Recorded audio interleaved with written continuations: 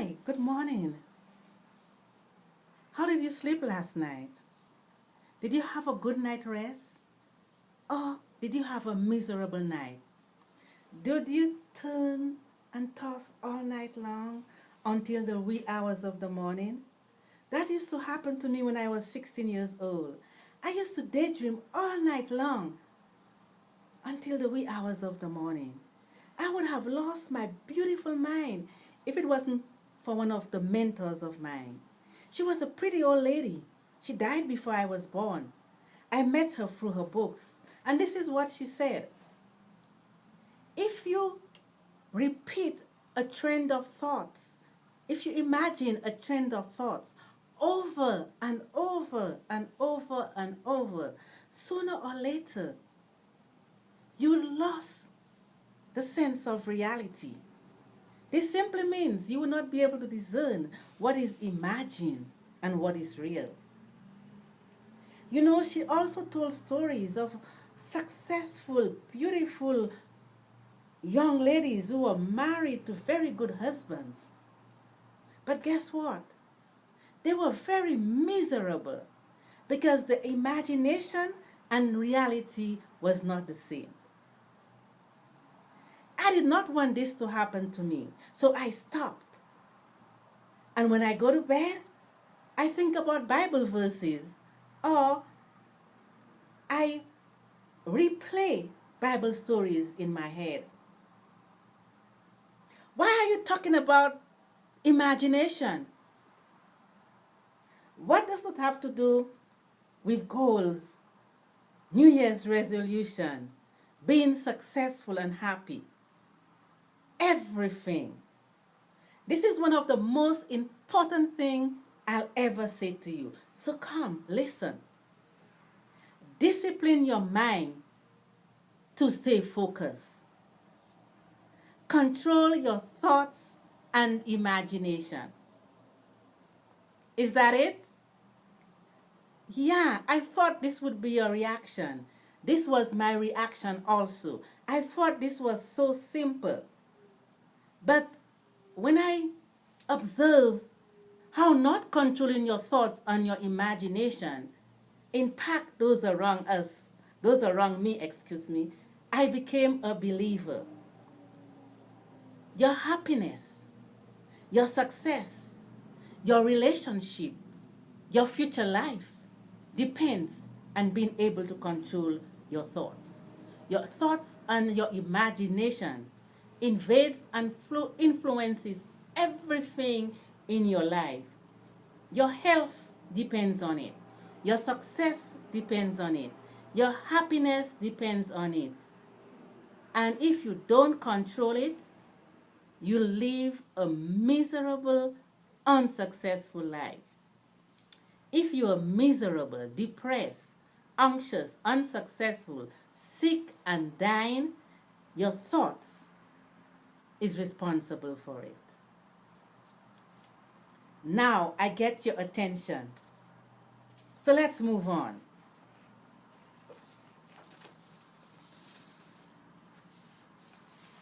No matter what your goals are, losing weight, buying a new car, getting married, earning $10,000 a day, or being healthy, it all starts with a thought.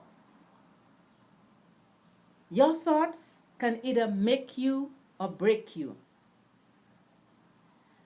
You alone can choose. You alone can decide whether you're going to choose thoughts that will help you be successful or a failure. There's a text in the Bible that tells us, as a man thinketh in his heart, so is he. This is simply saying you are what you think about. There is a writer, a well-known educator, and she says, a man's thoughts make up the history of his life.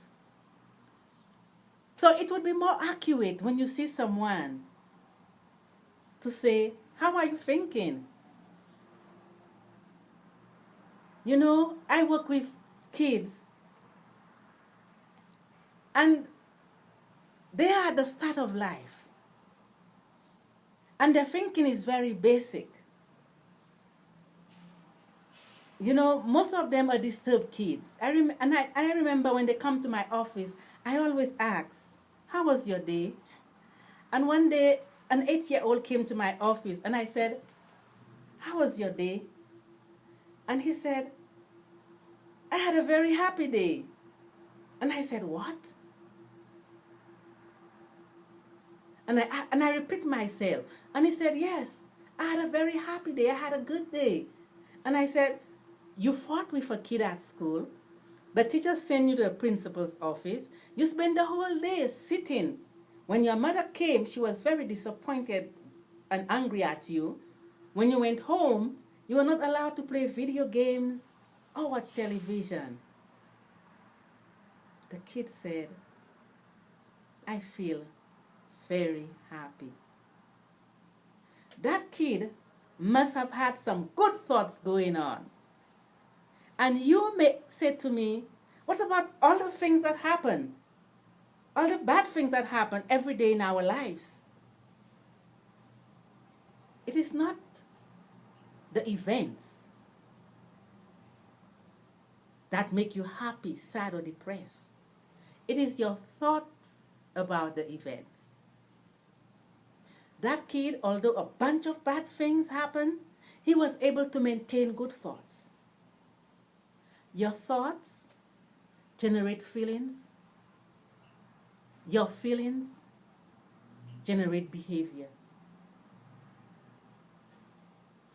Do you know that each thought that comes to your head has feelings? Let me give you an example. If someone is thinking, this is too hard, I cannot do it, I cannot control myself, I cannot stop myself from eating, I'm only eating and eating and getting fatter and fatter and fatter. What type of thoughts do you think that those thinking will generate? Come on, think. I know most of you would say sadness, but also hopelessness and helplessness. Hopelessness means there is no one to help me. Helplessness means I cannot do it myself. I have failed over and over again. Do you remember the last time we talked about learned helplessness? If you set a goal year after year and each time you fail to achieve your goal year after year, sooner or later you learn what is termed learned helplessness. That simply means you have given up and you have stopped trying. So if we have the negative thoughts that we can't make it, we will go into learn helplessness and learn hopelessness. Remember, your thoughts generate feelings. Your feelings generate behavior. I'm sure you have heard, you know about self-talk. We call it automatic thoughts. The thoughts you play and replay. Let me give you an example of this. Let's say someone is walking the neighborhood and they see their neighbor and they had a beautiful smile and they say a pretty hello, and that person just turn and look on the other side. You may think, nobody loves me, not even him. That is an automatic thought. That thought has been going in your head year after year after year. And now you believe it. It's a part of you. Guess what? I'm sure that person who thinks that nobody loves them don't have much friends. They are not very friendly because their thoughts prevent them from being friendly. Have you ever heard of the term self-fulfilling prophecy, or the term that your worst nightmare is going to happen, or our worst nightmare usually come to pass. The Bible tells us we are changed by beholding. I'm sure, many of you have had the experience on the job. You may have a coworker who start to believe, oh, they are going to fire me. And they are so scared and anxious about being fired. So they hold thoughts in their head of being fired. They have pictures in their head of being fired. And eventually, they get fired.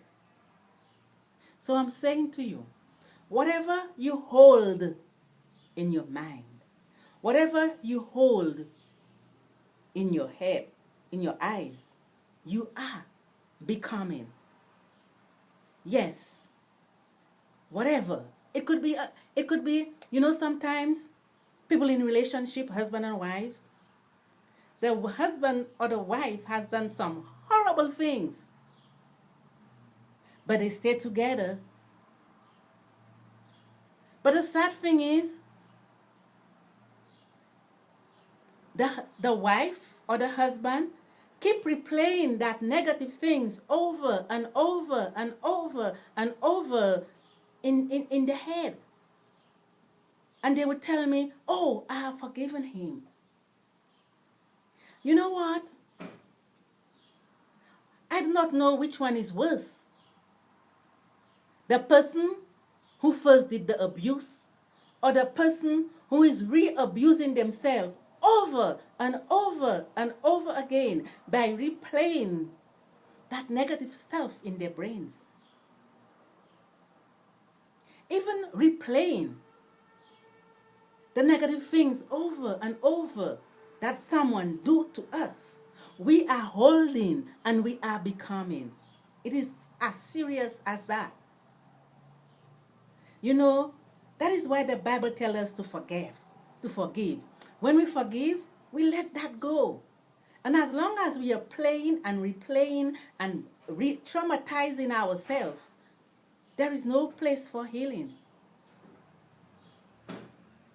Remember, we are becoming.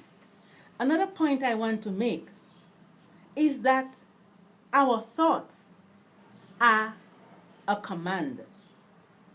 It is not just a toy.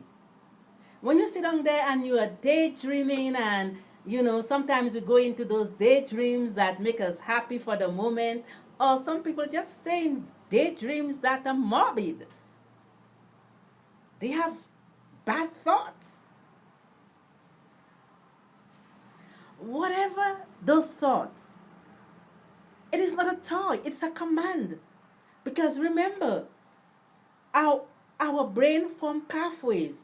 And pathways is just a group of cells linked together to form a path from your brains to your organs or to whatever part of the body that is going to respond to your thoughts.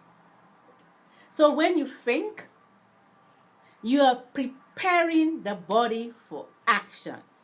As simple as that. If you're thinking of eating a big whole cake, the minute you begin to think, the body starts to develop neurons so that you could eat that big old cake. So our thoughts is a command. When I begin to think, I'm giving my body a command, prepare for action. So I'm preparing for action until I get the opportunity to put my thoughts into place. Therefore, controlling your thoughts or the right kind of thoughts is very, very important. And the Bible tells us, and I say the Bible a lot, and I could also say our Creator. Our Creator made us with a manual I'm saying that incorrectly, but you know what I mean. It's just like when you buy a new car. You buy a new car, they give you the manual, whatever, and you go for it, you read to find out exactly what I should do with that car. How many of you, when you read and the thing said, put gas, you go and put water? Oh, you may think, oh, water is very cheap. It's everywhere. I would just put the water in. That is stupid, huh? But guess what? We do that to ourselves. When our Creator made us, He made us in His image. He is love. God is love. So if God is love, guess what? He created us to love. So love is like gasoline. We need to put that in our body first to function well. And I'm simply saying, if you dwell on hate, anger, jealousy, malice, a whole bunch of negative thoughts, you are not only exposing yourself to a whole bunch of negative hormones, you are putting a block so that all the healing hormones cannot work. So, God asks us to put love in our tank. But if we put all those negative things, hey, we are destroying ourselves. That's as simple as that. But whenever we think of love, we think of peace, we think of joy, we think of truth, guess what? Our body is being healed. Our body is being healed. That's why it is said that almost 95% of illnesses is in our imagination. Most of us are sick because of how we think, because of what we hold in our head.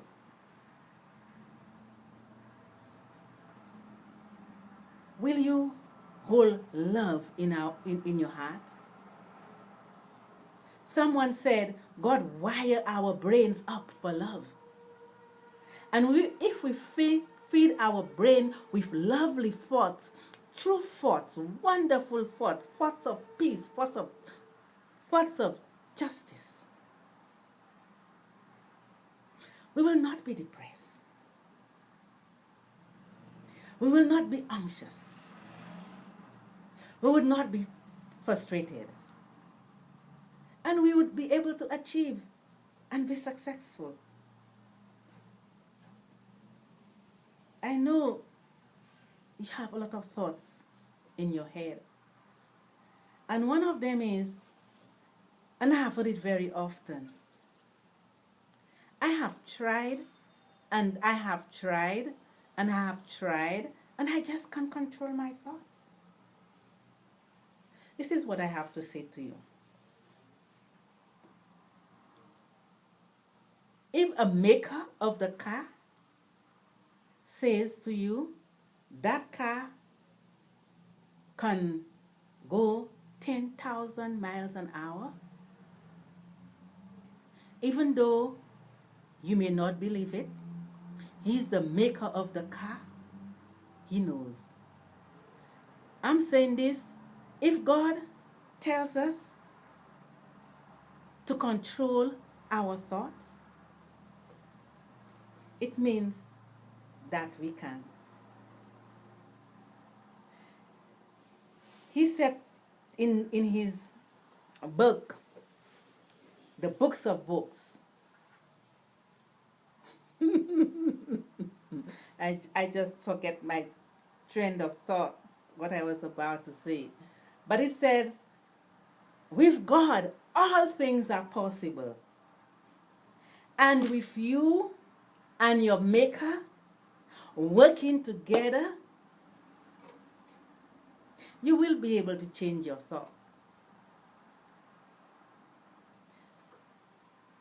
Our next time together, we will look at exactly how to go about changing your thoughts. Because I want you to be successful. I want you to achieve your goal, whatever that is. So I'll give you all the tools that you need so that you could be successful. So the next time, be prepared. And don't forget to write down your thoughts so you have a journal of your thoughts to work with. Thank you very much.